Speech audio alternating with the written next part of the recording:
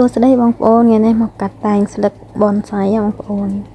ពេលខ្លះបនសាយយើងបដ ாய் ឲ្យវាណែនពេកក៏វាអត់សូវល្អហ្មងទេបងប្អូនដោយសារតែវាបាំងកម្ដៅថ្ងៃមិនឲ្យ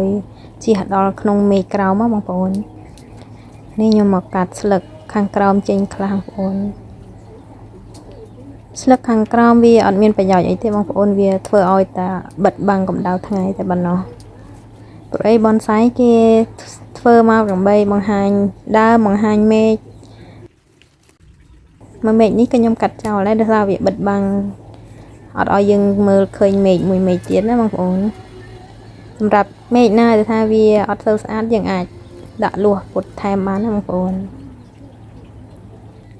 ពេលយើងកាត់ហើយយើងពុតលួសបន្ថែមបងប្អូននឹងឃើញរូបរាងបនសាយរបស់យើងកាន់តែច្បាស់